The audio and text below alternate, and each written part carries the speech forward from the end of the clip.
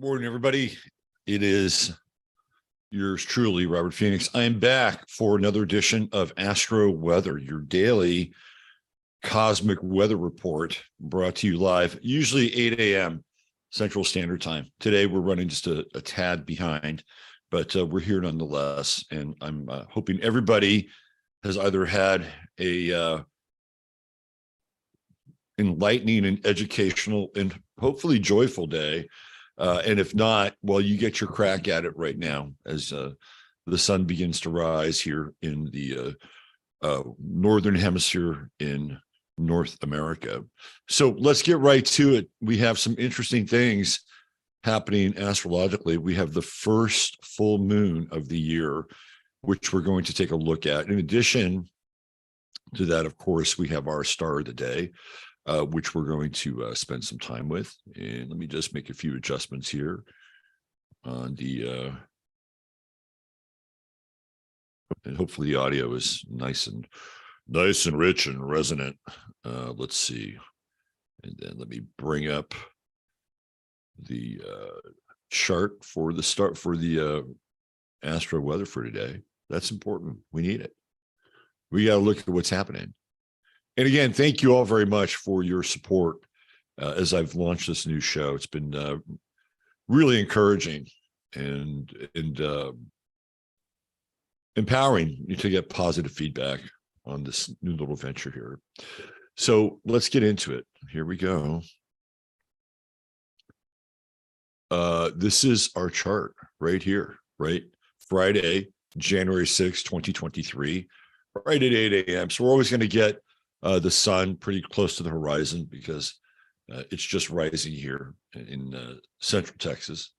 So here's our moon.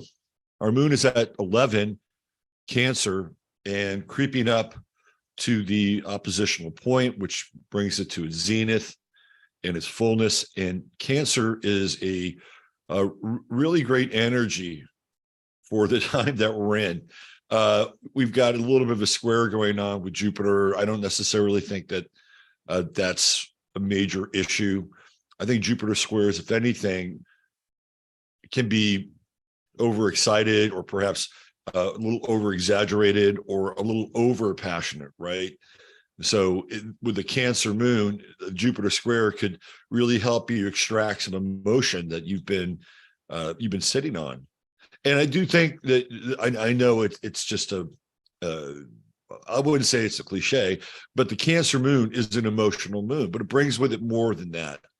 It brings with it feelings of domesticity, family, nurturing, right? So this is, I think, a really interesting moon to theoretically start the new year, because we know with Capricorn, that the idea is, okay, well, I'm going to be very Capricornian, or I'm going to have the, set goals, because that's how Capricorn works, right? We're going to set a goal. And sometimes that translates into New Year's resolutions.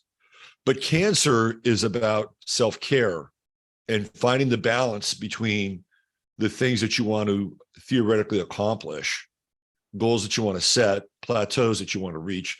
And let's face it, that's part of the human experience. We don't really know who we are unless we test ourselves. But on the other side, we have Cancer, which is saying, well, find balance between the things that you need to do, have to do, and aspire to do, and the everyday things that you must do in order to keep you on that journey and keep you on that path. I think that's really important. And then as the moon moves through its progressions by degree over the weekend, we get into a really nice trine with the moon and Neptune. So as we, swirl in this chaotic, cyclotron of events, that moon Neptune trine gives us a little bit of repose, right? It's kind of like the what me worry attitude, or the what me worry approach to what's going on in the world, right? What becomes important during that time, I think, is counting your blessings and understanding that we are blessed no matter how challenging things are. Like, we are blessed, especially here in the so-called first world, right? In North America and in Europe, in a lot of ways, we're blessed. We have things that other generations have never had, in terms of convenience, in terms of the variety of food sources and things at our disposal. What the other generations had that we don't have is a connection to the family unit, because the family unit, they had to have a strong family unit in order to get through hard times. So this full moon can bring that into focus as well. So we can be both grateful for what we have, just in terms of the Capricornian sphere, right? The world. But then we can also be grateful for whatever family or whatever support that we have that nurtures us and helps keep us alive and in the game. And there's also a spiritual component to this, because Neptune is very spiritual, right? Neptune represents theoretically God in the chart. So if we have a moon Neptune sextile, and the moon is at its zenith and it's in its fullness, then we can't have that discussion without making it much bigger, much larger, and setting a place at our table for God, setting a place at our table for the force that brings all of this together, right? The force that is behind the simulation, the force that is behind whatever kind of construct this world is. There is a force beyond that, and that force has an active and participatory role in our lives. So it's setting a place at the table for that as well. This could be a really good weekend for that. And it's going to be good for get-togethers. Like on Saturday, I'm getting together with some people. We didn't plan to be on the Cancer full moon, but it's going to happen that way. We're going to sit down, we're going to have dinner. And so this is really the energy for the weekend ahead. And of course, we have some ongoing squares. We have the Sun square Chiron. We have Mercury square Chiron. Mercury's going to move further back again into that tighter square, right? So with the Sun Chiron square, it's always interesting to see what you're willing to take a risk for, right? What you're willing to take a risk for. And with Capricorn, Capricorn tends to be very, very professional. There are a lot of demands. With our star of the day, you'll see exactly what I'm talking about. There are a lot of demands with Capricorn, right? So this weekend, are you going to be doing that extra report, or that extra, hours of work on your own time, and deal with some form of depletion, right? Or are you going to move into the full moon and be a recipient of the real blessing of the Cancer full moon, where we can come to the table with people and really share how we feel about who they are in our lives, and vice versa, right? Because Cancer is very receptive. Cancer represents reciprocity. And as we move deeper into the full moon, we're going to have the moon conjunct Pallas. And that's a really interesting conjunction. Pallas is about pattern recognition. And in water signs, Pallas is incredibly psychic and intuitive. Pay attention to your dreams on Sunday, right? Saturday, Sunday, as the moon moves into trine with Neptune, begins to conjunct Pallas. There are messages that are available. Now, they're not always going to be messages that are, written right in front of your face, right? Because the moon is intuitive and it's instinctual. But this is a really powerful weekend for dreaming. And you want to take advantage of that. Venus is moving into closer trine as Mars goes retrograde. So the ability to balance the masculine and the feminine, even though they're both in air signs, so we're dealing with theoretical masculine energy with air, becomes more prominent as the weekend progresses. So relationships between the sexes should be really good. And in Aquarius and in Gemini, there's a lot of latitude. There's a lot of latitude to allow people to be who they are, or just show up, right? Just allow people to show up. Allow yourself to show up. I think that would be a really good exercise as we move through the weekend. There are people that are talking about what's going on in California, which is experiencing a real deluge. California is having some very extreme weather, and it looks like it's going to be raining for the entire week here in California, and has already been subjected to a severe amount of water, rain, flooding. And, California is one of those states where, the fault lines react very interestingly when it comes to stress or pressure, including potentially too much water. I lived on the Hayward fault line, and man, when a quake would happen, it would really, I'd really feel it. I mean, I would literally feel my house torque, right? So let's keep an eye on California over the coming weekend, and just seeing how the immense amount of water affects the topography and the plates and the fault lines. So there's some other interesting things here. I'm going to talk a little bit about the biquintile with Mercury and Jupiter, right? So biquintiles are very interesting. They happen at 72 degrees and 144 degrees, and they're a lot like trines in some ways. And when you look for information around biquintiles, you'll get everything from, well, they're absolutely magical, right? Like you have if you have biquintiles in your chart, it would be along the lines, we have a lot of special gifts or special powers. There's also the definition of biquintiles and quintiles are blessings. And you have the ability to tap into something that you've brought in from like another incarnation, if you believe in that cycle of experience. So today we have some interesting quintile and biquintile action going on. We have a Sun biquintile Mars, and to me that's doing without doing. Even with Mars here in trine with Venus, there's some of that, right? But the biquintile, the biquintile with the Sun, which is 144 degrees, is doing without doing things that are effortless. And even the retrograde with Mars can support that. It's about learning new things, learning how to do things that are easier. And one of my favorite expressions or sayings is the expression of essence is the art of non-doing. So this would be one of those days. And you want to look into how you align your activities, align your duties, align your responsibilities. And even with the Mars retrograde, maybe you can find a shortcut, because Gemini is very good at finding shortcuts and hacks. So this could be one of those days where some of those things are revealed. And speaking of revelation, we also have another quintile, and this is Mercury. Well, it's not a biquintile, but a quintile with Mercury and Jupiter. And that's one of those very interesting transits or aspects, especially with Mercury and Jupiter, being the font of wisdom, where you can experience spontaneous revelation, the aha moment, right? So this is a very interesting day. Of course, we have some challenges with Chiron. The moon is going to be moving into square with Chiron. I really feel like, that's a risk.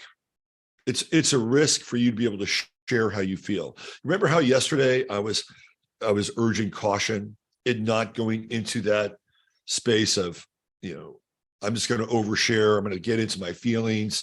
This is a different energy. This is a risk to share what you're feeling. And I think it's a risk that can be actually well rewarded. Oh, look who's here. The jazz man. People would have asked about you right there. Okay, there you go, buddy. Your audience. Let me just, let's take a look at the Sabian symbol for the moon at 16 degrees Cancer. We're going to bring that in. Let's see what we have here. What is the message of the 16-degree Cancer moon? I love it. It goes right. It's right in alignment with the idea of revelation. So here we go. Cancer 16, a man studying a mandala in front of him with the help of a very ancient book. Keynote, a deep concern with problems raised by the process of personality integration. After a person decides to follow a certain course of action, accepting a new allegiance, the results of this decision at the three basic levels of human experience, actional, emotional, cultural, and individual mental, have to be stabilized and consolidated. This is what is meant by the process of personality integration. In Asia, the great symbol of this process is the mandala. In the Christian world, we find in various forms a symbol of the cross. The Christian design is often simple and bare. is its reference to the crucifixion of a God-man that personalizes or emotionalizes it. The Oriental mandala can take an infinite variety of forms and can encompass a vast multiplicity of contents. It is psychological and cosmic. The square, the foundation of the mandala, potentially encloses diverse contents. The cross, on the other hand, represents conflict in action. It is a symbol of tragic overcoming. The mandala symbolizes integration of opposing trends and multiple bipolar energies. This is the first stage of the 20-second fivefold sequence. It reveals a deep effort on the part of the individualized consciousness to reach a solid base of understanding that will allow it to perceive the structural relationship of every part of the personality to every other part. It is a mental process implying an inward turning of the attention, concentration. Even more, it is a symbol of what might at first be called confirmation, that is, a profound and stabilizing sense of form, but of one's own individual form, not an external socio-cultural pattern. So what Rudyard is saying is that by intensely concentrating on the mandala, the mystery of the mandala is revealed. And it's during this Cancer moon where some of that is in the air, especially with those quintiles and biquintiles. But don't be afraid to, just have an individualized experience and say, this is my experience. But if you don't have a lot of people to hang out with, or you're not going to be connected with other people during the Cancer moon, it's okay too, right?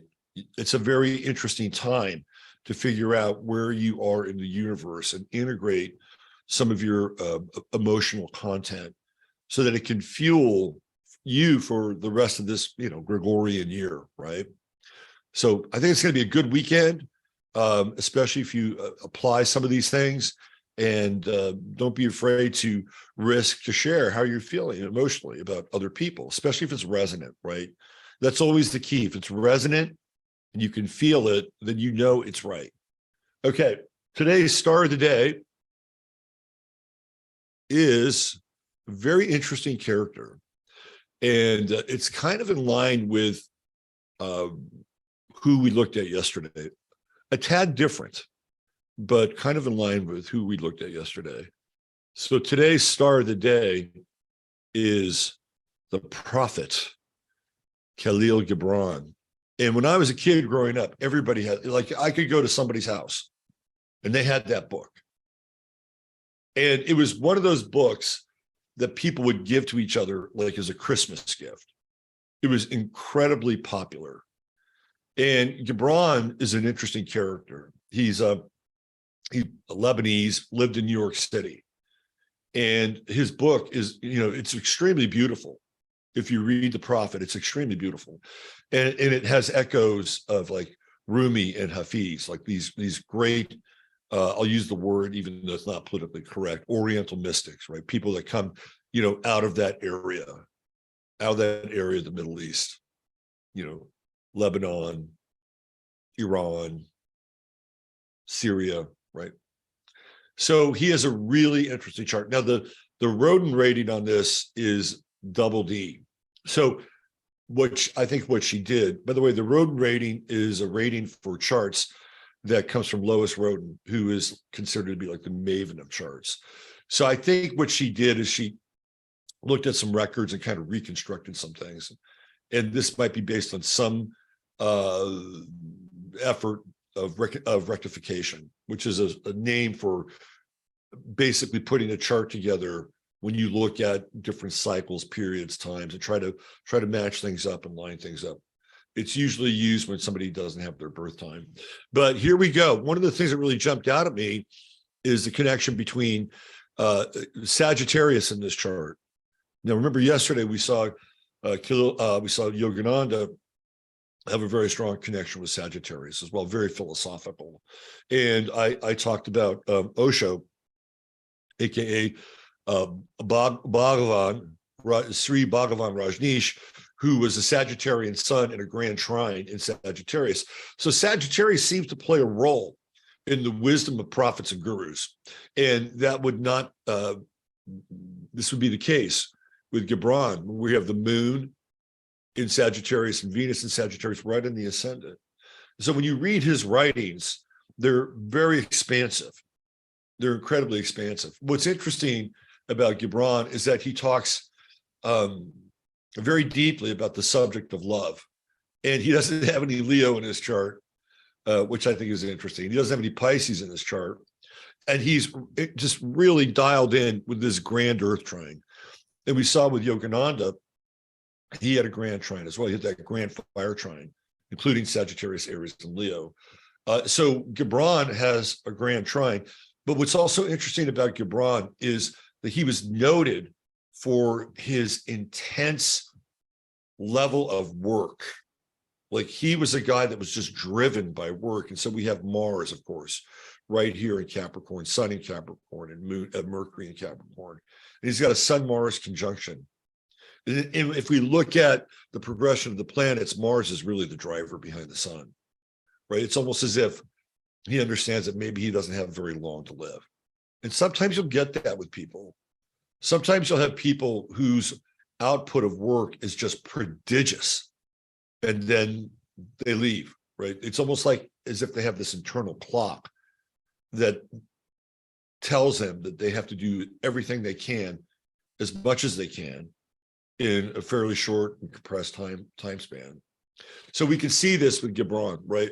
And Uranus on the midheaven in Virgo, the simplicity of Gibran's work and his words is stunning. It's startling. Even when you look at some of his images and his pencil drawings, his ink drawings, they're wonderfully simple.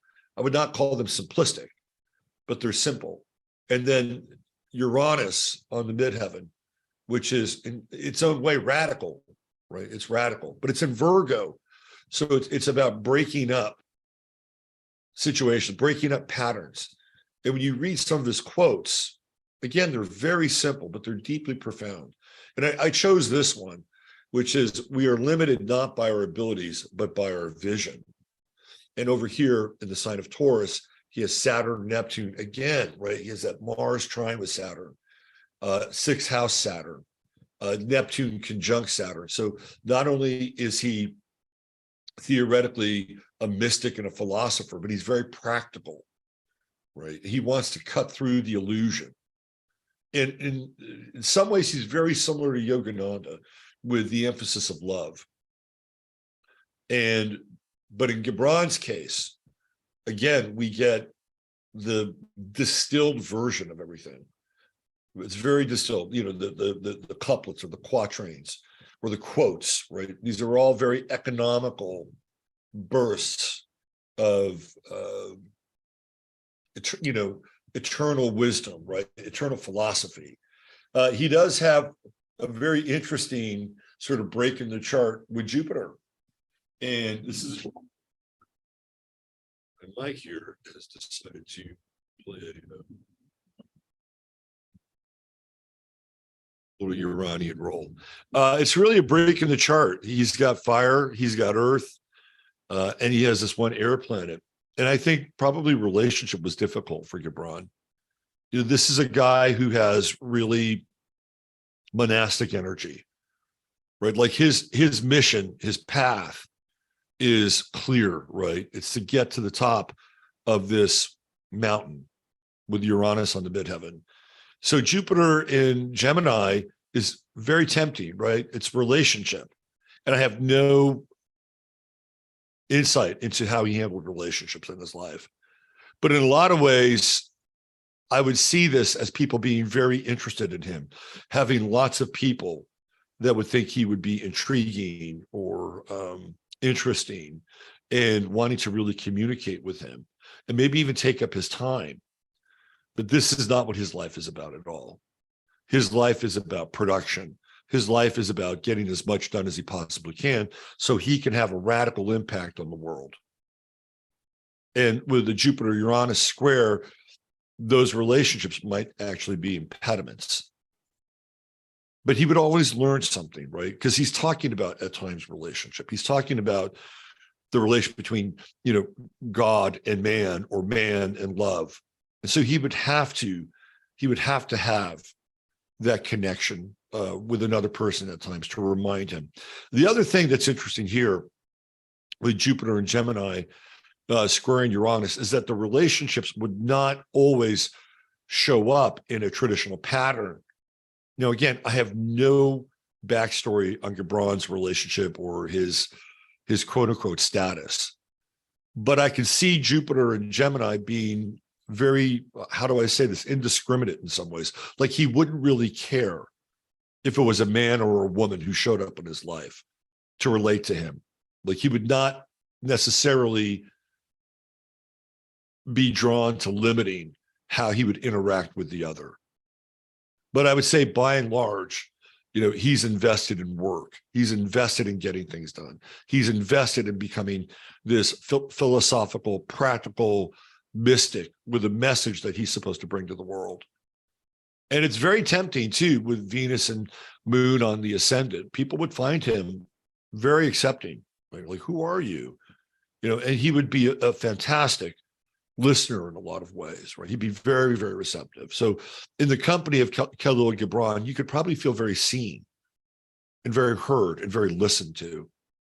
And that could result in some problematic experiences when it came to relationship, because then those moments would have to somehow manifest over here into the 7th house and be like too much. It'd be too much because it would draw him away from his single point of purpose and focus of getting as much done as he could in this lifetime. True node in Scorpio, he's here to reveal the mystery of life. The mystery of life, the universe, cosmos, love. And if you dip into his theoretical 12th house in Scorpio, if you allow the words and the images of the page resonate, he'll take you out there. Right? He will take you out into the depths of the 12th house. And you'll find the perennial wisdom. You'll find the intensity. You will find that magnetic force of love in his work. All right, that's it. Khalil Gibran, the prophet, star of the day. Thanks for being here, everybody. I'm wishing you all a great weekend. Enjoy the Cancer moon. Hang out with it and look for the revelation, right? The download, that interesting relation between Mercury and Jupiter, the quintile, right? The thing that grabs you and all of a sudden stares you right in the face and you say, aha. I'll be back in this channel 12 noon Central Standard Time with the Crimmies. And speaking of revelation, we'll be talking about the Gnostics. So if you're interested in learning more about Gnosticism, we're going to talk about James Lindsay, who's an incredible disseminator of information and somebody who's really taken on woke culture and just, a microscope and a scalpel to it. James Lindsay often invokes the spirit of Gnosticism in the works of people like Karl Marx and Engels and Hegel, and even Paulo Freire. And we've had some interesting discussions about Lindsay's relationship and knowledge with Gnosticism, because he's not an advocate of Gnosticism whatsoever. He's not an advocate of Christianity either. He's an atheist. So if you're going to looking for a spirited discussion and kind of a deep dive into this subject, join me here, 12 noon Central Standard Time, with my good friends, the Crimmies. Okay, that's it for today. Take care. Use your head in order to discern what's real, your heart to say what's possible, and abundant blessings and love to everyone.